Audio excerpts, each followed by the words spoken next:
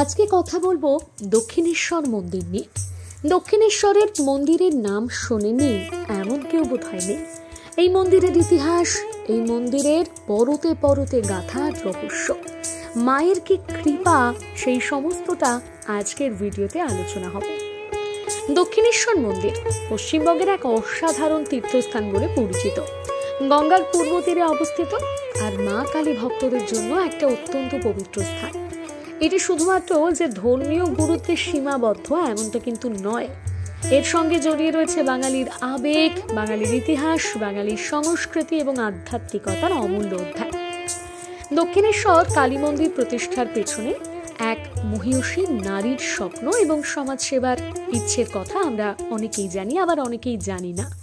রানী রাসমণি, যিনি তৎকালীন সময়ে একজন বিশিষ্ট জমিদার এবং সমাজ সংস্কারক ছিলেন, এই মন্দির তিনি প্রতিষ্ঠা করেছিলেন। মন্দিরের সূচনার ঘটনাটা জানেন আপনারা? চলুন আপনাদের সামনে তুলে ধরি। 1855 সালে এই মন্দির প্রতিষ্ঠা করা হয়। ইতিহাস বলে মন্দির প্রতিষ্ঠার আগে রানী রাসমণি তীর্থযাত্রার পরিকল্পনা করেছিলেন। তিনি কাশী যাবেন বলে সব প্রস্তুতি গ্রহণ করেছিলেন, কিন্তু যাত্রার ঠিক আগের রাতে তিনি একটি অলৌকিক স্বপ্ন দেখেন। স্বপ্নে মা কালী তাকে নির্দেশ দেন কাশী যাত্রার পরিবর্তে তার নিজের জমিতে একটা মন্দির প্রতিষ্ঠা করতে হবে। স্বপ্নে মা আরো জানান সেখানেই তিনি অর্থাৎ মা কালী স্থায়ীভাবে বসবাস করতে চান এবং তিনি ভক্তদের আশীর্বাদ করবেন। রানী রাসমণি মা কালীকে স্বপ্ন পাওয়ার এই নির্দেশ পালনের জন্য তৎক্ষণাৎ উদ্যোগ নিতে শুরু করলেন। গঙ্গার তীরবর্তী বিশাল জমি কিনলেন, মন্দির নির্মাণ শুরু করলেন।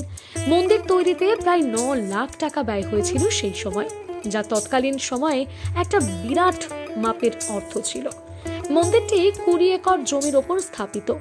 এর কেন্দ্রীয় মন্দিরে মা ভবতারিণী প্রতিষ্ঠিত। মন্দির চত্বরে 12টি শিব মন্দির এবং রাধাকৃষ্ণের মন্দির স্থাপন করা হয়। এবারে বলি, রামকৃষ্ণ পরমহংসদেব এখানে কোথা থেকে এলেন?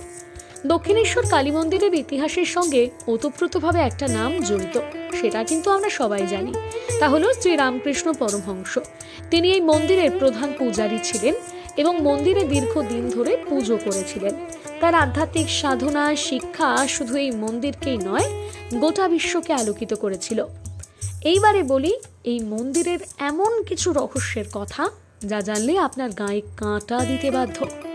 দক্ষিণেশ্বর মন্দিরের ইতিহাস যেমন সমৃদ্ধ, তেমন এর সাথে জড়িয়ে আছে একাধিক রহস্য এবং আধ্যাত্মিক কাহিনী। স্বপ্নের নির্দেশের কথা। রানী রাসমণির স্বপ্ন নিয়ে আজও অনেকের মধ্যেই কৌতূহল রয়েছে। অনেকে বিশ্বাস করেন এটা কোনো সাধারণ বিষয় হতে পারে না। মা কালী তাকে স্বপ্ন দিয়েছেন আর ভক্তের প্রতি সরাসরি বার্তা দিয়েছেন মা কালী। দক্ষিণেশ্বর মন্দিরে ভক্তদের জন্য অলৌকিক অভিজ্ঞতা রয়েছে, এমনকি জানতে অবাক হবেন এই দক্ষিণেশ্বরের মন্দিরে আগত ভক্তদের অনেক অলৌকিক অভিজ্ঞতা রয়েছে। মনে করা হয় মন্দির চত্বরে মা কালী এবং শ্রী রামকৃষ্ণের আধ্যাত্মিক শক্তি এখনো পর্যন্ত বিরাজমান। ভক্তরা প্রায় মন্দিরে প্রবেশ করলে এক অদ্ভুত শান্তি এখানে অনুভব করতে পারেন। মন্দিরের স্থাপত্য শৈলী বাংলার ঐতিহ্যবাহী নবরত্ন শৈলীর এক অন্যতম উদাহরণ। মন্দিরের কেন্দ্রীয় গম্বুজ এবং তার চারপাশে থাকা গুচ্ছাকৃতি যে গম্বুজগুলো রয়েছে, সেগুলো মিলে একটা অপূর্ব দৃষ্টিনন্দন কাঠামো হয়েছে গোটা মন্দিরটিতে। আর মন্দিরের কোণ থেকে অন্য কোণে এক মহাজাগতিক অনুভূতি রয়েছে। শ্রী রামকৃষ্ণ এই মন্দিরে সাধনার মাধ্যমে পরম সত্য উপলব্ধি করেছিলেন। তিনি এখানে মা কালীকে জীবন্ত রূপে দেখেছেন বলে তার শিষ্যদের জানিয়েছেন। এই ধরনের আধ্যাত্মিক অভিজ্ঞতা মন্দিরের রহস্যময়তাকেও বাড়িয়ে তুলেছে। এবারে যারা দক্ষিণেশ্বর মন্দির যাননি তারা কিভাবে যাবেন জানিয়ে দিই। হাওড়া থেকে ডানকুনি বা ব্যান্ডেল লাইনের ট্রেনে দক্ষিণেশ্বর স্টেশনে নামতে হবে। সেখান থেকে রিক্সা বা পায়ে হেঁটে সহজেই মন্দির পৌঁছানো যাবে। শিয়ালদার উত্তর শাখা ট্রেনে দক্ষিণেশ্বর স্টেশনে নামতে পারেন।